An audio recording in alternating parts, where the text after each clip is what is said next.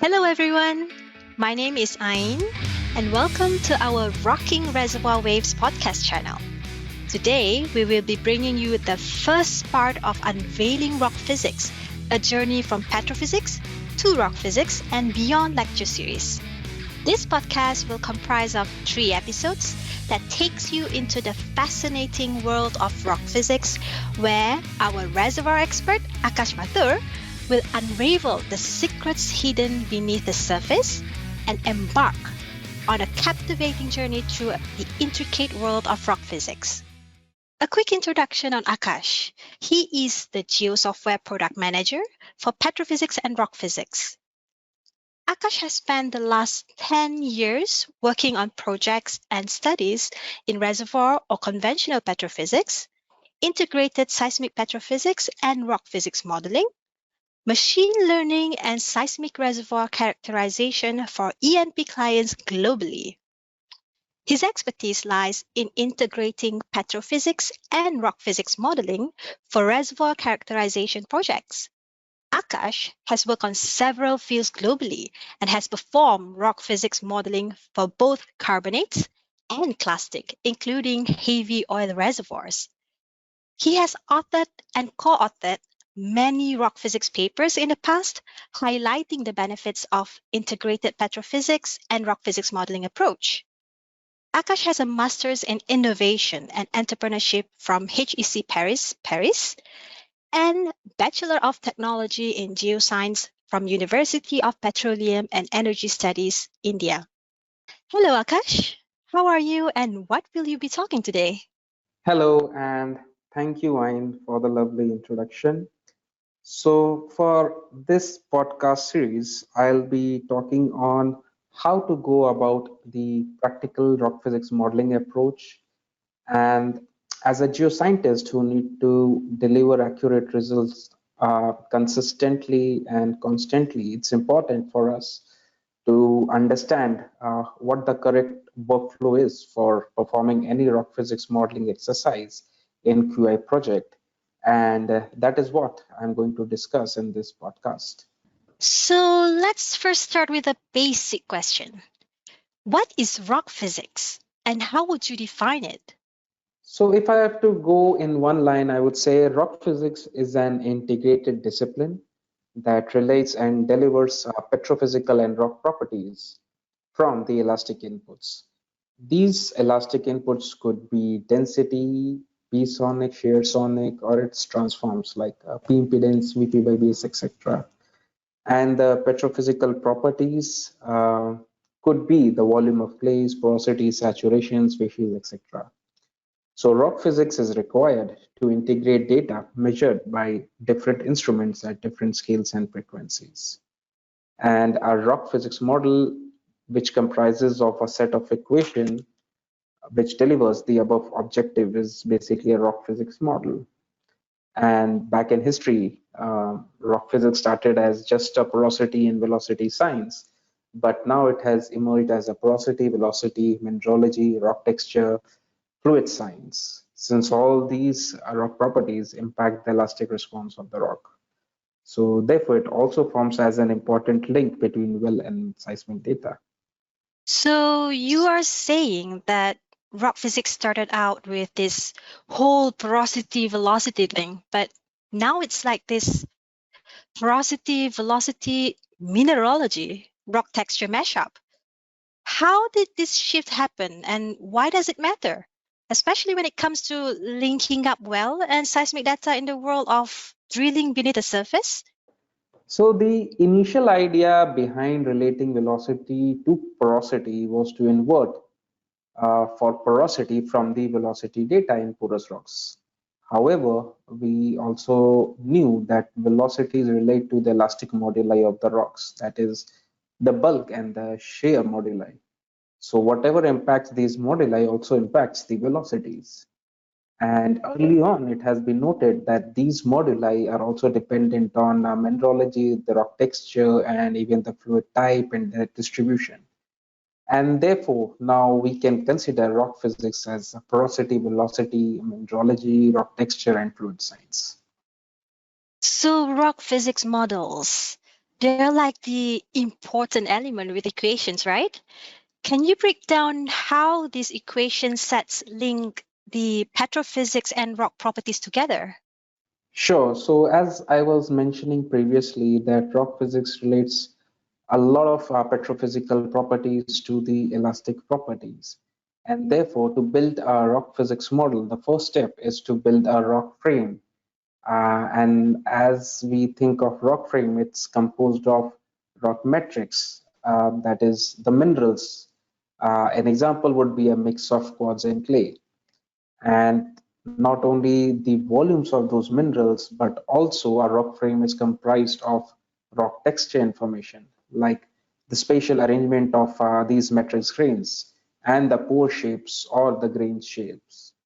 So once this dry rock frame is built, we add pores or pore fluids into these pore spaces. And all these information needs to come from the petrophysics side. So that is why petrophysics and rock physics are integrated and are very important and linked. And it's very, very important to have a good understanding on the petrophysics before even we start rock physics modeling exercise. I see. So, Akash, what about for newcomers in this field? Could you explain the data necessary to effectively engage in rock physics? Sure. So for any rock physics study, the first thing we need to have with us are the wells and seismic at minimum. It's always good to have core measurements, petrography information, and geological information, etc., to go along with it. And once all of this data is integrated and is available, we can start with the rock physics modeling exercise. Okay. So once we've got all the necessary data in place, so what's the next step? Do you have a recommended workflow that geoscientists should consider following for the best possible outcomes? Yes, so in general, we always start with the well log measurements for any QI projects and try to get the understanding from those measurements. Later, we integrate seismic for validating our rock physics modeling exercise. Um, so let it break down into wells and seismic. So for wells and utilizing the well data, a good understanding of log measurements and petrophysics is required. And it always starts with first assessing the quality of the logs, understanding what the depth of investigation and the resolution of different logs would mean. A small example would be understanding that Roby has a higher resolution and shallow depth of investigation as compared to Sonics. Now, once we have a good understanding about the quality and depth of investigation and resolution, we have to also have good understanding on the generation of the petrophysical volumes in an optimal manner. This optimal manner is something that we call as seismic petrophysics methodology, and we are going to talk about it in the coming podcast series as well. But yes, a good understanding of how petrophysical volumes is computed is also important. Then later on, it's about incorporating the rock architecture information. So we integrate data from coarse petrographic information into our rock physics model. And once we have integrated all those information, uh, we basically reconstruct a rock, and the output from the rock physics would be density, P sonic, and S sonic. And then seismic finally comes into picture and will help to validate our rock physics modeling results and also help with reservoir characterization. So we need to understand that log conditioning, seismic petrophysics, rock physics modeling, and seismic validation, that is well ties A views, are iterative and integrated exercise. If we miss any one step, we are bound to misinterpret the results and further add uncertainty without any quantification. So we call this entire workflow as integrated and iterative petrophysics and rock physics modeling. At GeoSoftware, this is our way of performing any good quality rock physics modeling exercise. In your previous explanation, you mentioned that rock physics models generate elastic logs such as density and sonics.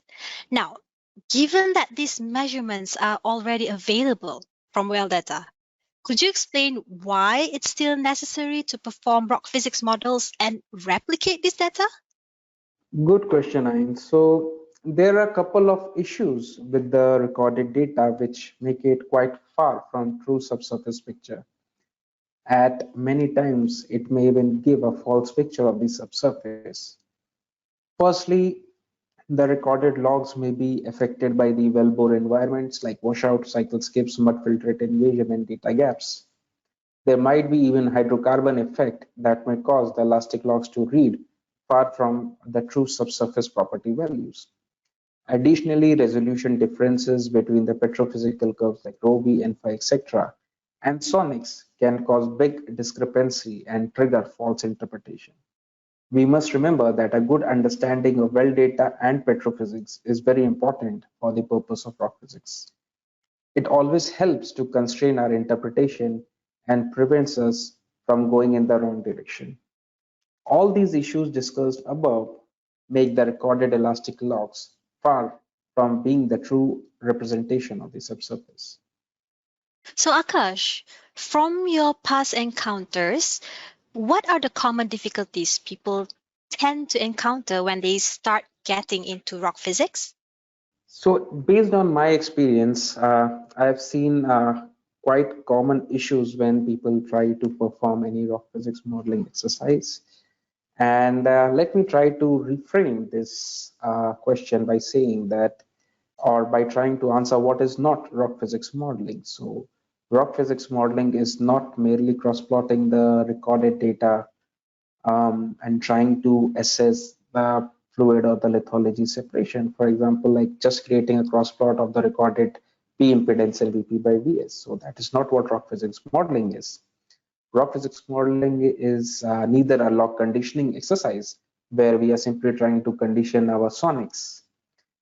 It's also not a shear generation exercise using regressions where we simply try to generate the shear data and just using that synthetic data for our work.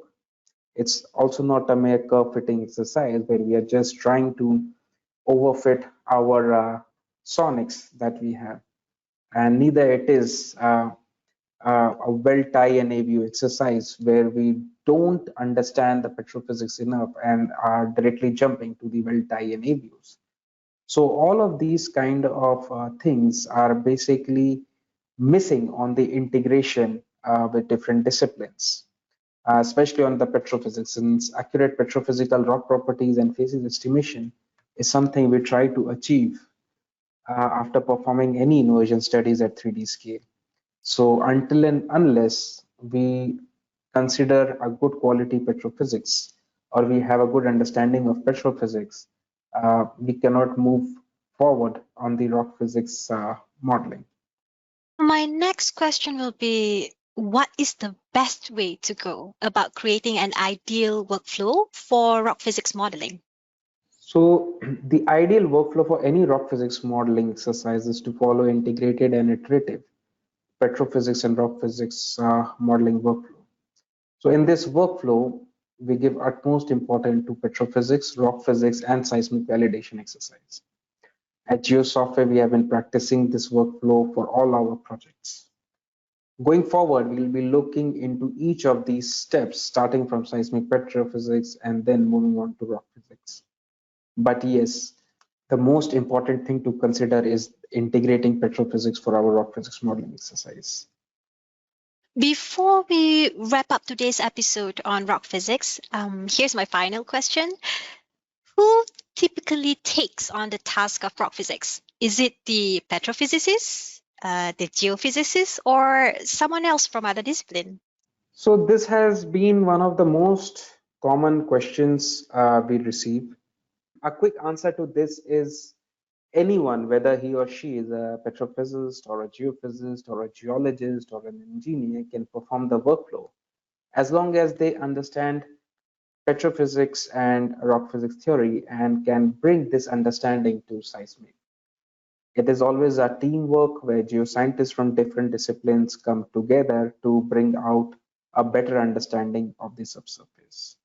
Thank you, Akash, for enlightening our listeners with an impactful and inspiring insights. Concluding the first episode of Unveiling Rock Physics, a journey from petrophysics to rock physics and beyond, we hope you've enjoyed our journey into the fascinating world of rocks and the advanced techniques that unveil their mysteries. Stay tuned for more upcoming episodes in our Rocking Reservoir podcast channel as we continue to unravel the secrets of the subsurface. Remember to subscribe, share this podcast channel, and if you have questions or topics you'd like us to cover, feel free to reach out. Until next time, keep embracing the geological wonders and keep on exploring.